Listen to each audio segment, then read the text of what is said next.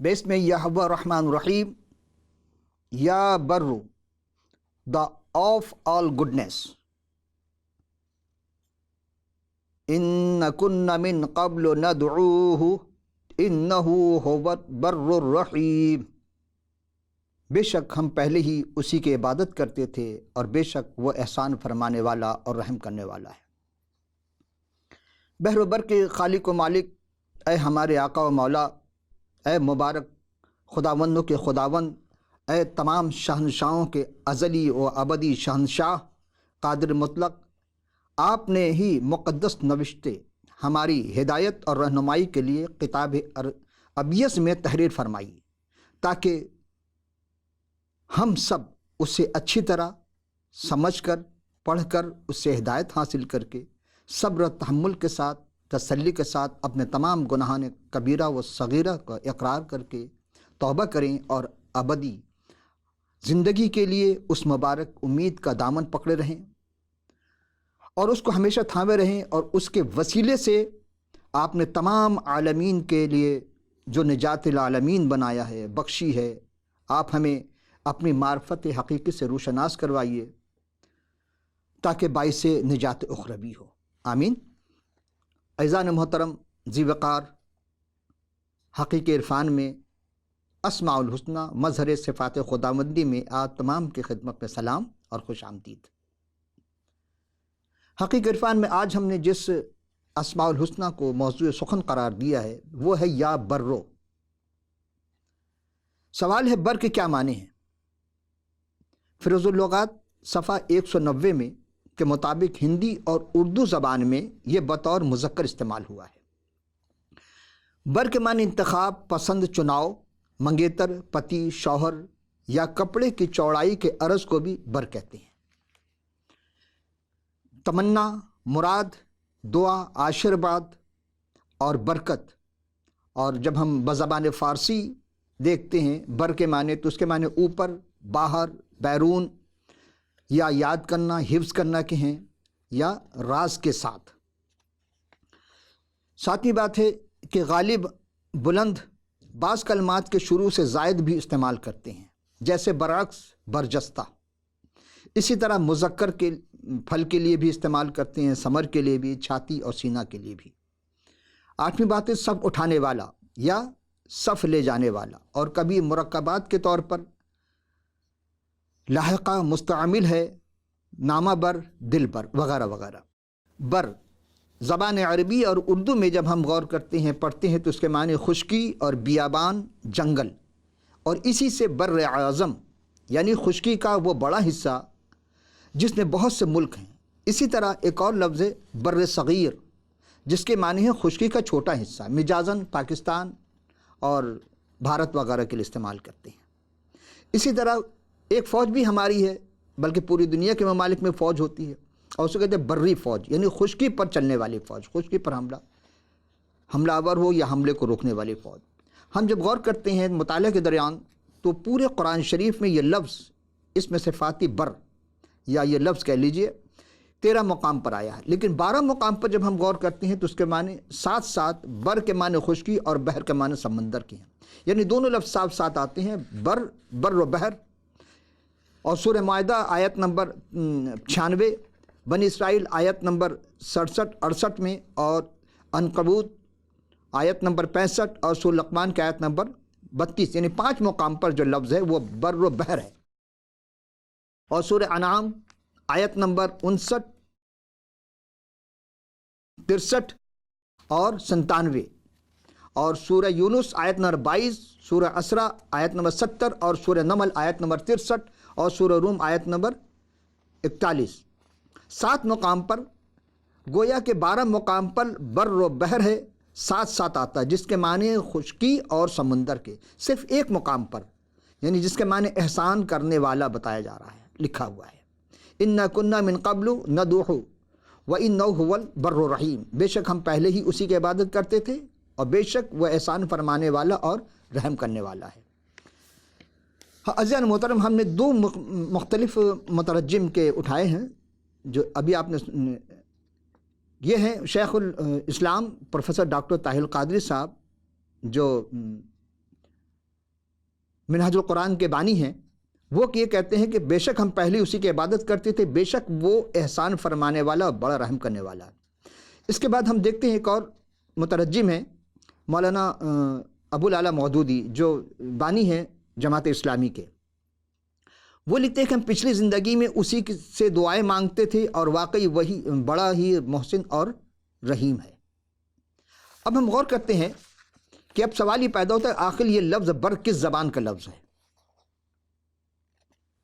بر کے معنی خشکی کہا گیا 12 مقام پر، لیکن جب ایک مقام پر بر کے معنی احسان کا استعمال ہوا ہے قرآن شریف میں۔ تو آئیے ہم دیکھتے ہیں اس سلسلے میں قاموس الکتاب جو لغات البائبل کہلاتے ہیں، اس کا مطالعہ کرتے ہیں اس میں کیا معنی ہیں۔ لیکن پہلے تھوڑی سی ہم آپ کی خدمت میں اس کتاب کا تعارف پیش کر دیں کہ پہلے ان تمام سامعین حضرات کے لیے، ناظرین کے لیے اس کتاب کا تعارف یہ ہے کہ جسے مولوی حمید اللہ مرحوم نے عہد عتیق کی کتب کو عبرانی سے پشتو زبان میں منتقل کرنے میں ڈاکٹر جیکس مرحوم کی معاونت فرمائی، اور پھر قاضی خیر اللہ مرحوم جو مولوی حمید اللہ کے داماد تھے، انہوں نے دیگر تصانیف کے علاوہ خیر اللغات اور عزیز اللغات کی تالیف کی، اور پھر مؤلف کے لغات نویسی کا شوق بے انتہا بڑھا، خدا تعالیٰ نے ودیت فرمائی۔ تو خود مؤلف کا کہنا ہے کہ قاموس الکتاب جیسی تالیف جو منظر عام پہ آنا ایک اتفاقی واقعہ نہیں ہے، بلکہ مدتوں لگ گئے اس میں، کئی سال کی تیاری، منصوبہ بندی، پھر مسلسل تگودو۔ دراصل ایک عرصہ سے مسیحی حلقوں میں اردو ادب میں کتاب مقدس کی لغات کی شدت سے کمی محسوس ہو رہی تھی۔ تو یہ سلسلہ 1962 سے لے کر 1993 میں ان تمام مختلف ادوار میں بنائے گئے، لکھے گئے، پرنٹ بھی ہوئے، اور پھر کوشش جاری رہی، اس میں اور اضافہ کے ساتھ 1994 میں اضافے کے ساتھ 5ویں مرتبہ یہ ایڈیشن منظر عام پر آیا۔ آپ تمام سامعین خدمت بھی عرض کرتے چلیں، قاموس دراصل یہ عربی زبان کا لفظ ہے جس کے معنی سمندر کو کہتے ہیں، اور یہ مادہ ہے قصص کا، قاف سین سین قصصہ، بمعنی پانی میں غوطہ دینا، اور اصطلاحی معنی میں قاموس سے مراد لغات یا دائر المعارف ہے۔ ہم دوسرے الفاظ میں یوں بھی کہہ سکتے ہیں کہ قاموس معلومات کا سمندر ہے جس میں حروف تہجی کے مطابق ہم نے اس میں درج کیا ہے تاکہ ہر ایک متلاشی ذوق علم غوطہ لگا کر اپنی ضرورت کے مطابق خزانہ نکال سکے۔ قاموس الکتاب صفحہ 141 اور 142 سے بر کے متعلق چند مفید معلومات آپ کی خدمت میں پیش کر رہے ہیں۔ اس میں بر سے متعلق لکھا ہے کہ بر دراصل ایک آرامی کا کلمہ ہے سابقہ جس کا مطلب ہے بیٹا۔ نئے عہد نامہ میں یہ لفظ استعمال ہوا ہے، مثلا بر یونا متی 16 باب کی 17ویں آیت میں ہے کہ جب حضرت مسیح سلام علیہ نے قیصریہ یعنی فلپی کے علاقے میں اپنے قدم رنجا فرمایا تو آپ نے اپنے متعلمین سے ایک سوال کیا کہ آیا ان میں لطافت روحانی نے کتنا کام کیا ہے تاکہ ایک دوسرے کو پتہ چل سکے۔ حالانکہ آپ تو بخوبی واقف تھے، مگر دوسرے چاہنے والے بلکہ قیامت آنے والے بنی نوع انسان کو علم ایمان روحانی اور لدنی کی لذت سے آشنا کرنا چاہتے تھے۔ سوال اپنے متعلق غالباً اشارہ کیا آپ نے کہ لوگ ابن آدم کو کیا کہتے ہیں۔ یہ حضرت مسیح سلام علیہ کے یہ بھی لقب ہے ابن آدم، ابن داؤد وغیرہ، آگے چل کر ہم بتائیں گے پھر آپ کو۔ جواباً انہوں نے کہا کہ مولا بعض تو حضرت یحییٰ علیہ السلام کہتے ہیں، یعنی یحییٰ بپتسمہ دینے والا جو حضرت زکریا کے بیٹے تھے، بعض نے ایلیہ علیہ السلام، اور بعض حضرت یرمیہ علیہ السلام، اور بعض میں سے کہا اور تب جناب مسیح سلام علیہ نے مسکراتے ہوئے خود ان سے دریافت کیا، ان سے پوچھ لیا مگر تم کیا کہتے ہو؟ تب شمعون پطرس نے فوراً سر جھکا کر کہا اے میرے آقا و مولا، آپ تو زندہ خدا کے فرزند مسیح سلام علیہ ہیں۔ حضرت مسیح نے اسے مبارکباد دیتے ہوئے فرمایا اب جو بات میں کہنے جا رہا ہوں جس کے لیے آپ کو لفظ بر کے لیے زحمت سماعت دی ہے۔ حضرت مسیح سلام علیہ نے خوش ہو کر جواب میں فرمایا مبارک ہے تو شمعون بر یونا، کیونکہ یہ بات کوئی بھی گوشت اور خون سے نہیں بلکہ میرے باپ جو آسمان پر ہے تجھ پر ظاہر کیا ہے۔ متی 16 باب اور 13 سے 17ویں آیت میں یہ پورا واقعہ مرقوم ہے، آپ وہاں مطالعہ کر سکتے ہیں۔ اب آئیے ایک اور لفظ ہے برابا۔ بر کہتے بیٹا کو، ابا یعنی ہم اردو میں بھی استعمال کرتے ہیں، اور یہ عبرانی لفظ ہے جس کے معنی ہے باپ یا استاد کا بیٹا۔ یہ ایک یہودی ڈاکو تھا، سردار کاہنوں کے اکسانے پر عوام نے حضرت مسیح سلام علیہ کے بجائے اسے مانگا یہ واقعے کی پوری تفصیل آپ کو متی رسول کی لکھی گئی انجیل جلیل کے 27ویں باب کی 16 آیت میں مرقوم ہے۔ مرقس رسول کی معرفت لکھی گئی انجیل جلیل 15ویں باب کی 15ویں آیت میں، اور لوقا طبیب کے معرفت لکھی گئی انجیل جلیل 18ویں باب کی 23ویں آیت، اور یوحنا رسول کے معرفت لکھی گئی انجیل جلیل 40ویں باب کی 18 آیت۔ لوقا طبیب اسے باغی اور قاتل بھی کہتے ہیں۔ آئیے ایک اور لفظ کی زحمت دیتے ہیں آپ کی خدمت، اور وہ ہے برابرہ۔ یہ یونانی لفظ ہے، یعنی عربی شکل میں اگر ہم دیکھیں تو صرف ال لگایا گیا اس میں، البرابرہ۔ یہ یونانی لفظ نئے عہد نامے 5 مقام پر آیا ہے۔ نمبر 1، جب ہم دیکھیں رسولوں کے اعمال 28 باب کی 2 اور 4 آیت میں، پروٹسٹنٹ ترجمہ میں اجنبیوں اور کیتھولک ترجمہ میں برابرہ ہی لکھا ہے۔ رومیوں پہلے باب کی 4 آیت پروٹسٹنٹ میں غیر یونانی اور کیتھولک میں برابرہ ہے۔ جب آپ پہلا کو پڑھیں گے تو اس کے 11 باب کی 1 سے 14ویں آیت میں اس کے معنی اجنبی کا استعمال کیا گیا ہے، اور کلسیوں 3 باب کی 11ویں آیت میں پروٹسٹنٹ وحشی یا کیتھولک بربری کہتے ہیں۔ بات صرف اتنی سی ہے عزیزم کہ یونانی یہ لفظ نئے عہد نامہ کے زمانے میں برے معنی میں نہیں رکھا گیا تھا۔ اس کا مطلب پہلے وہ لوگ صرف جو یونانی نہیں تھے ان کے لیے استعمال ہوئے، یعنی غیر یونانی کے لیے، لیکن بعد میں یہ غیر مہذب لوگوں کے لیے استعمال ہونے لگا۔ اب آئیے عہد عتیق میں دیکھتے ہیں کہ لفظ بر کا کیا معنی ہے، کبھی استعمال ہوا کہ نہیں ہوا، اور اگر ہوا تھا تو کن معنوں میں۔ ایک ہے بر یا، پہلے تواریخ اس کے 8ویں باب کی 21ویں آیت میں ہے۔ مطالعہ سے آپ خود بھی سیکھ سکتے ہیں، دیکھ سکتے ہیں، جان سکتے ہیں کہ بنیامین کے قبیلے سے سمعی کا بیٹا اس کا نام تھا۔ ایک اور لفظ ہے برت المائی۔ یہ لفظ آرامی اور یونانی دونوں زبانیں میں برت المائی کا بیٹا لکھا ہے۔ حضرت مسیح سلام علیہ کے 12 متعلمین یعنی شاگردوں میں سے ایک کا نام نئے عہد نامہ میں شاگردوں کے 4 فہرستوں میں سے ملتا ہے، مرقس 3 باب کے 18 آیت میں، لوقا 4 باب کی 14ویں آیت میں، اور اعمال 1 باب کی 13ویں آیت میں۔ اور نئے عہد نامہ میں اس کے بارے میں کوئی حوالہ نہیں ملتا۔ اس کے بارے میں روایت ہے کہ یہ اتنی قابل اعتماد نہیں۔ بعض علماء کا خیال ہے کہ برت المائی حضرت نتنیل کا خاندانی نام تھا، اور وہی نتنیل ہیں جن کا تذکرہ ہم نے پہلے بھی کیا تھا، جناب فلپس کے ذریعہ کے فوراً بعد آتا ہے، اور فلپس ان کو حضرت مسیح سلام علیہ کے پاس لے کر آئے تھے۔ وہ درخت والی بات اگر آپ کے ذہن میں ہو، چونکہ اب یہ ہماری یہ موضوع نہیں ہے لیکن ہم صرف ریفرنس دے کے چل رہے ہیں آپ کے۔ اور اناجیل متفقہ میں نتنیل کا ذکر نہیں، بلکہ ان کو یوحنا برت المائی کا ذکر نہیں کرتے۔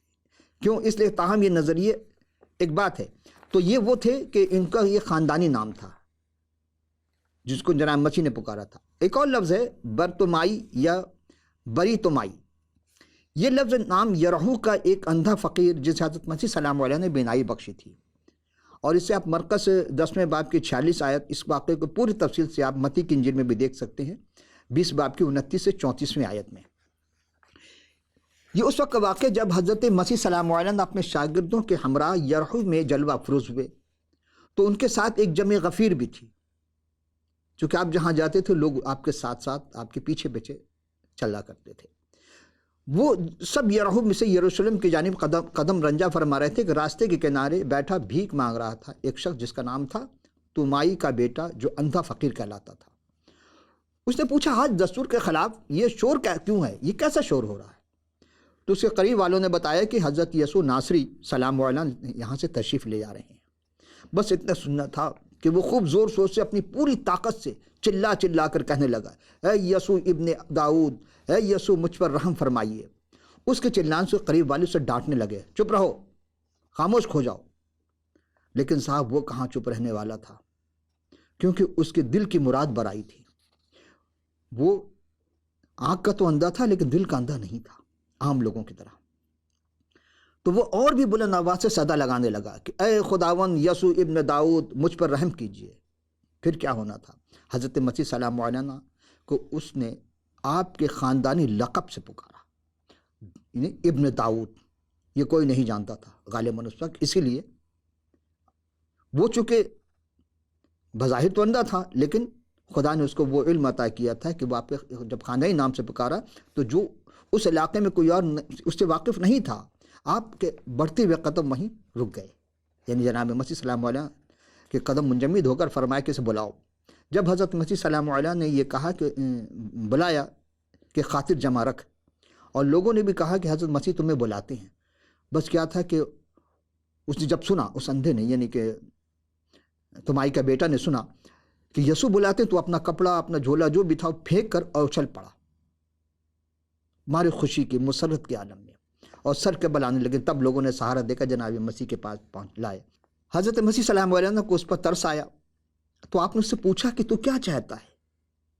اس نے فرط ایمانی سے سرشار ہو کر عرض کی، اے ربونی، اے میرے آقا مولا، یہ کہ میں بینا ہو جاؤں۔ وہ اور بھی کچھ چاہتا تھا، دولت چاہتا تھا اور بھی کچھ چاہتا تھا، لیکن سے کہا کہ میں بینا ہو جاؤں۔ حضرت مسیح نے برتمائی کو مس کیا، اس کی آنکھوں کو چھوا اور فرمایا، بیٹا جا، تیرے ایمان نے تجھے اچھا کر دیا۔ دیکھیں وہ کافی عمر دراز تھا، لیکن جناب مسیح عمر میں چھوٹے ہیں، لیکن اسے جس لفظ سے پکارا ربونی اور آقا مولا، تو ظاہر سی بات یہاں عمر کا قید نہیں ہے بلکہ رتبے کا ہے۔ وہ فلپور بینا ہو گیا، خدا تعالیٰ کی تمجید کرنے لگا، جو لوگ تھے وہ بھی رب تعالیٰ کی تمجید کرنے لگے، اور برتمائی حضرت مسیح سلام علیہ کے پیچھے ہو لیا۔ عزیزان محترم، یہاں ہمیں سبق ملتا ہے کہ بر کے معنی بیٹا ہی اب تک آیا ہے۔ جتنے بھی ہم نے الفاظ نام گنوائے آپ کی خدمت پیش کی، ایک اور ہے کہ حضرت مسیح سلام علیہ نے بیوہ کے بیٹے کو بھی زندہ کیا تھا۔ یہ واقعہ ہم پیش کرتے ہیں، لیکن کچھ عرصے کے بعد ایسا ہوا کہ حضرت مسیح سلام علیہ اپنے شاگرد رشید کے ہمراہ اور بھی بہت سے افراد تھے، نائن نامی ایک شہر میں قدم رنجا فرماتے ہیں۔ جب وہ شہر پھاٹک کے قریب پہنچے تو دیکھا کہ ایک مردہ کو بہت سے لوگ باہر لیے جا رہے ہیں۔ یوں تو روز ہی ہوتا ہے ہر کس و ناکس، یعنی کہیں نہ کہیں ہر روز کسی نہ کسی کا انتقال ہوتا ہے، ہر ماں کا گود اجڑ جاتی ہے، کوئی نہ کوئی عورت بیوہ ہو جاتی ہے، کوئی بچے یتیم ہو جاتے ہیں۔ لیکن سب سے افسوسناک بات یہ کہ اس کی بیوہ ماں بھی زار و قطار ماتم کنا بدحواسی کا عالم اس میت کے پیچھے ساتھ ساتھ چل رہی تھی۔ یہ اس بیوہ کا اکلوتا بیٹا تھا۔ یہ منظر دیکھ کر حضرت مسیح سلام علیہ خود پر قابو نہ رکھ سکے اور انہیں اس بیوہ پر بڑا ترس آیا۔ آپ قریب اس بیوہ سے فرمایا کہ مت رو، اور یہ کہہ کہ اس جنازے قریب گئے اور اسے مسا کیا، یعنی اسے چھوا، تو جنازہ کو اٹھانے والے اسی وقت رک گئے۔ حضرت مسیح سلام علیہ نے اس مردے کو مخاطب کر کے حکم دیا، قم بِإِذْنِی، یہ لفظ قرآن میں بھی ملے گا آپ کو، قم بِإِذْنِی، اے جوان میں تجھ سے کہتا ہوں اٹھ۔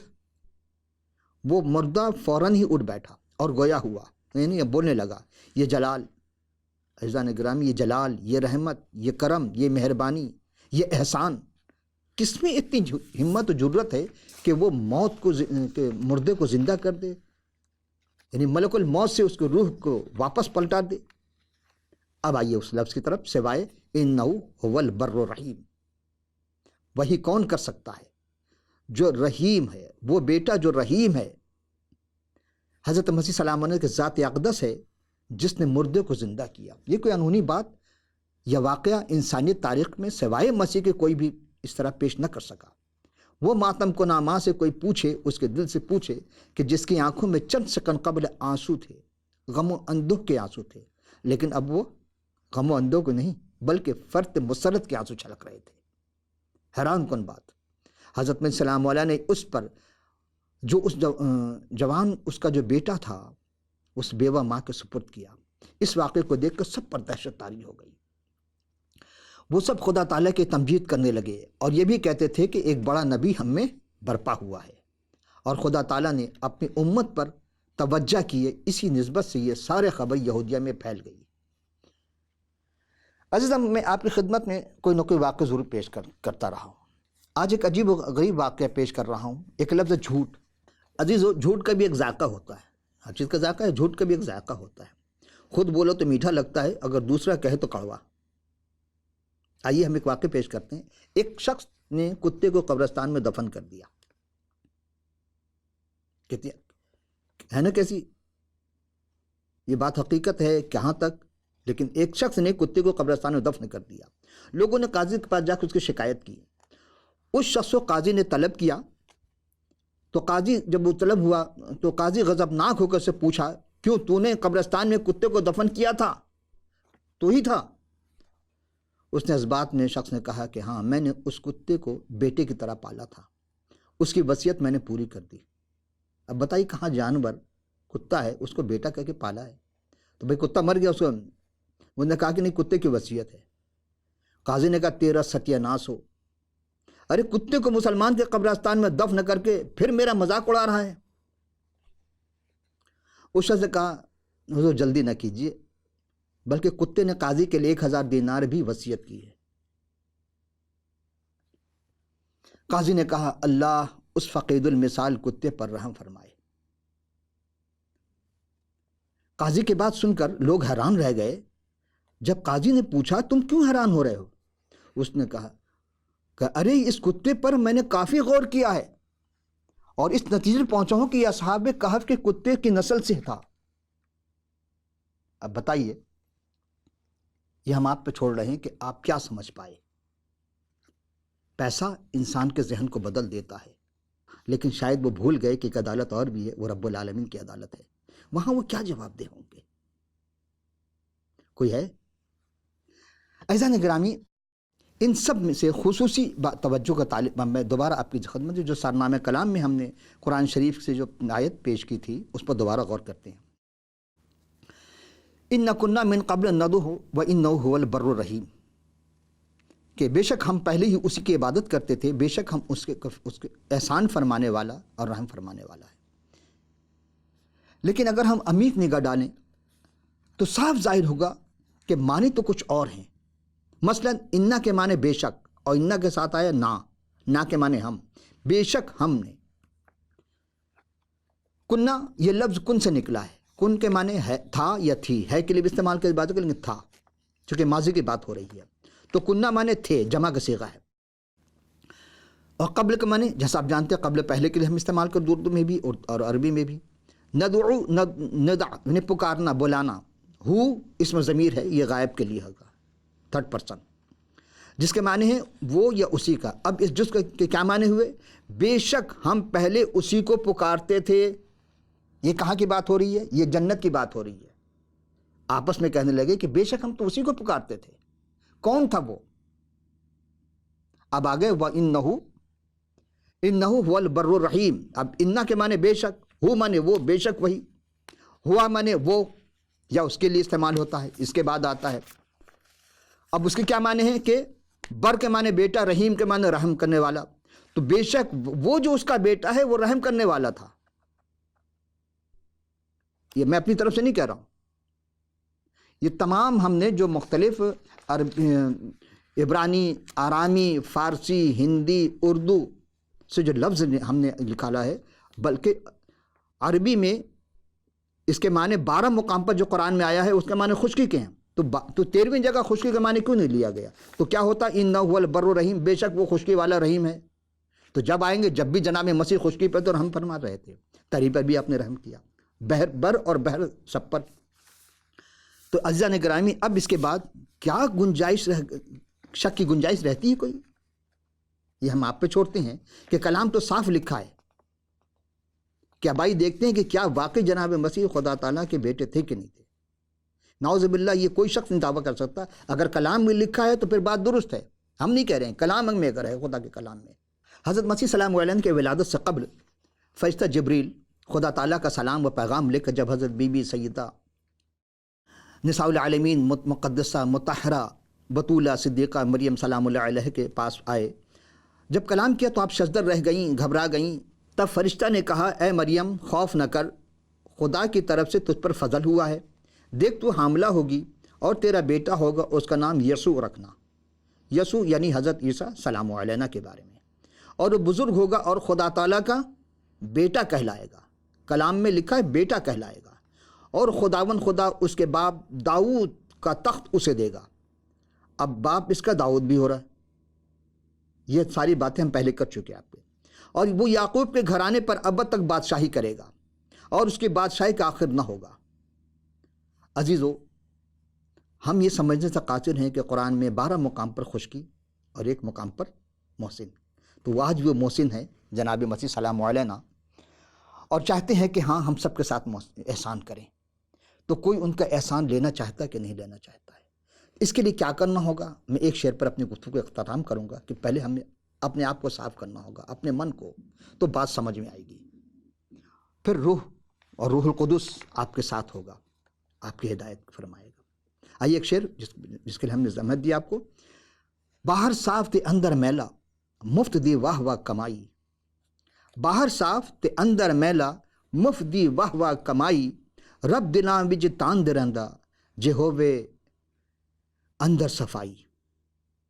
باہر صاف تے اندر میلا، یعنی باہر اگر ہم کتنے صاف رکھیں لیکن اندر ہمارا کا میلا ہے، مفت دی واہ واہ کمائی، یہ سارے جگہ یہی ہے۔ رب دلاں وچ تاند رہنا جے ہووے اندر صفائی، جب تک اندر صفائی نہیں ہوگی، نفس پاک نہیں ہوگا، ہم اجلے کپڑے پہن لیں پاک نہیں ہو سکتے، اندر سے پاکیزگی ضروری ہے۔ خدا تعالی ہم سبوں کو اپنے حقیقی عرفان سے روشناس کروائے، معمور کرے، اور ہمارے اندر پہ صفائی کرنے کے لیے ہمارے اندر وہ جذبہ بیدار کرے، تاکہ ہم سمجھ سکیں خدا کے کلام کو، خدا کے اس بیٹے کو جو دوبارہ زمین پر آنے والے ہیں، اور ہم سب اس کے منتظر ہیں کہ وہ جب آئیں گے تو کیا ہوگا۔ کیا ہم سب کا نام اس فہرست میں ہے کہ ہم ان کے ساتھ ہونے والے ہوں گے، ان کے انصاروں میں نام ہوگا ہم سب کا؟ بس اب دامن وقت میں گنجائش نہ رہی، پھر کسی اور نشست میں کسی اور ان کے ساتھ حاضر ہوں گے۔ اس وقت کے لیے اجازت، خدا حافظ و ناصر۔